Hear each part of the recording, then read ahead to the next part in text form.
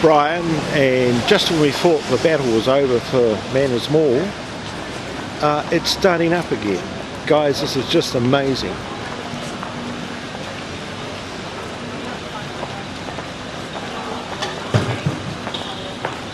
Okay, so we're now going to go and talk to a couple of the activists who have been involved in the campaign to save Manners Mall, and even though council has actually made some decisions, made a decision to let the buses through. 74% are against. 74% are against. Oh, that's just ludicrous. Buses through Manners Mall. And Yeah. on the basis of that, I felt justified to stand up for the citizens Yeah. and make a case. Good. Excellent. Being involved throughout the process, I met several people who had the same goals but coming from different angles. And we managed to get together and put this campaign, Wellington Loves Manners Mall, Yep. as a platform Yep. to convince not only the public but also the council. And how we achieved it was by actually posting these posters inside retailers' windows, Yeah. so that people knew that there was a solidarity, Yeah. Sure. and it would further reinforce to the council that and it was so evident. It started to look like a retailer's rescue plan, almost. Yeah.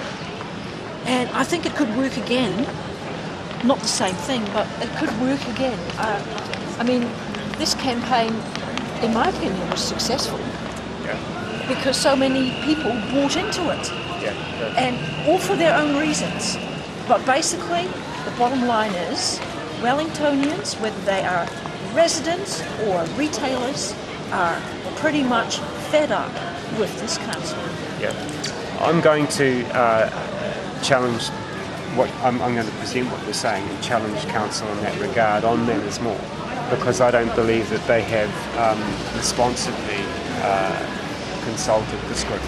And there is a group of retailers and residents really who are going to lose their lifestyle in some way, but certainly the retailers are going to lose their income. And council has a fiduciary duty to engage that. And council has a responsibility, I believe, at this stage before the judge rules on it, to compensate for that. Yeah. So, as unemployed, I can take that into the courts, and I will, and the questions will be asked, and these retailers will be invited to put in their affidavits to say what it is that they think, to say what it is they think they will lose, and that will force, by the judiciary, the council to recognise those people's difficulties. And, it seems to me like a logical idea. And look, my figures are building up now, so we know that the Manners Mall is what people want. Yes. Yeah. Yes. And in the other figures that I've done, it's roughly 12%, approximately 12%, that are saying that they want Manners Mall. Sorry, that they want buses as against the Manners Mall.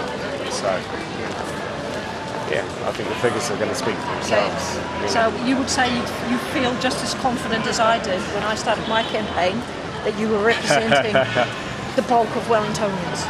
Oh, absolutely. Yeah. I feel confident that I'm going to represent the bulk of Wellingtonians, but the battle is going to be on the abuse of democracy, and That's whether those people who have abused democracy can actually be turned over to recognise the public will, with or without a referendum. And I think it should be without, because I think that the council, we haven't had referendums, the council should be responsible enough not to be forced into that kind of situation, that kind of condition, those circumstances. Yes. These people should be individually responsible. And the judge will say that. If we present it to the judge will say that. And it can be stopped. So I'm hoping that the unemployed political busker and your contribution to the buskers Yes. has most welcome received. Yes. But along with the public of Wellington, we can make the council think again about an ill-considered decision. Yes. Through a badly presented proposal.